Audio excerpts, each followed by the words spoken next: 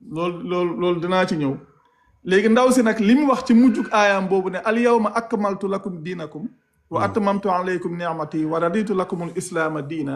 waaw aaya boobu ñun li ñuy wax lay saxal.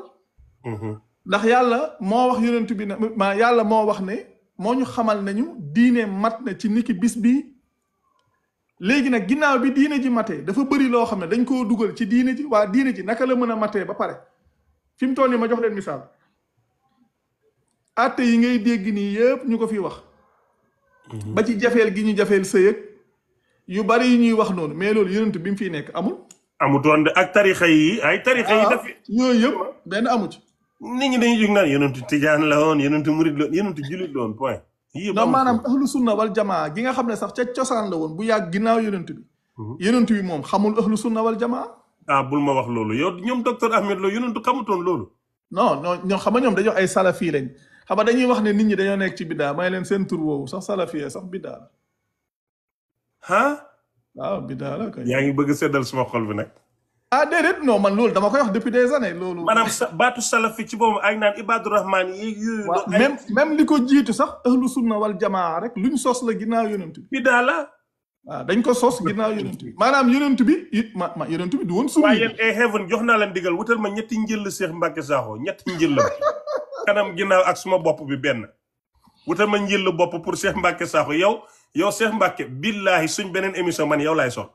déedéet kay man yow laay njëkk a sol ci nit yow parce que non heaven yónnee ma maanaam njëllu Cheikh Mbacke Sakho Cheikh Mbacke yónnee ma sa photo bu rafet man léegi fu mu nekk yow laay topp taalibi suma taalibi xam nga man nag ndeysaan man dama may taalibi nante mais ñun ñëpp yow la ñuy topp léegi.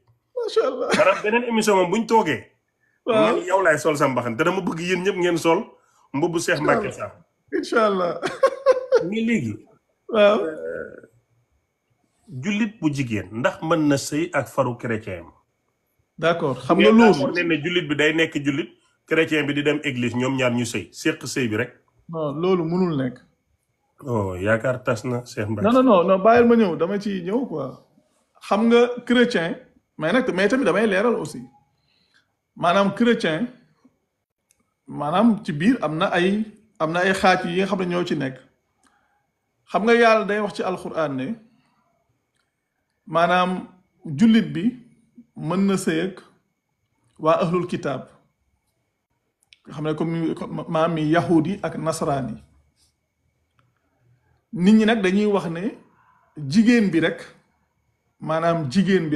moo mën a sëy ak comme maanaam jigéen bi moo mën a sëy ak ab jullit may leen nag su ngeen demee ci alxuraan li ñuy wax jigéen bi ak góor bi yàlla deful différence boobu may leen waaye problème bi fi mu am fenn la mu ngi am ci ki nga xam ne day tuddee chrétien dafa am loo xam ne da koy gëm mooy li ñuy wax trinité loolu du njàngaleem Aysa ginnaaw bi fi Aysa bàyyi ko ba ñu dem ci li ñuy wax le premier concile de Nicée en 325 ci lañ ko dugal ci seen pas-pas ñoom mooy li ñuy wax naan comme yàlla mooy ñetteelu ñett yi li yàlla di wax ci alquran laqad kafara alladina xaalu inna allaha thalithu thalathatin loolu nag bi ma ci waxee ay at ci ginnaaw ñu bari dañ ne ma lii dafa mel ni ustaas yi dañ ko fàtte woon ndax ñoom dañuy wax ne jullit bu góor bi mën na sëy ak ab chrétien ma ne leen mën na sëy ak moom su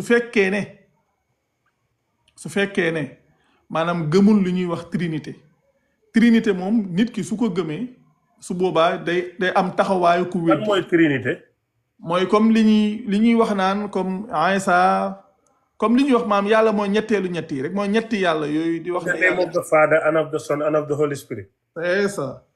léegi nag loolu noonu yàlla day wax ne ñi koy wax dañoo weddi laqad kafara alladina xaalu inna allaha thalithu thalathatin te ki gëm yàlla dafa xaraamal ci moom muy sëy ak koo xam ne dafa weddi mooy li muy wax ci surat 60 di wax naan la hunna xillun lahum wala hum yaxilluuna lahunna nga xam ne léegi koo xam ne dafa weddi même su dee jigéen su fekkee dafa gëm trinité boobu warut ci koo xam ne jullit la muy sëy ak moom ndax loolu mu gëm te loolu tamit bokkul ci cosaanu ngëmam ginnaaw bi ñu demee bi parce que loolu tamit lu bari ci ñoom xamuñ ko li ñuy wax le premier concile de Nicée en 325 ci lañ ko dugal ci seen pas-pas mais bokku woon ci seen pas-pas ci cosaan daal.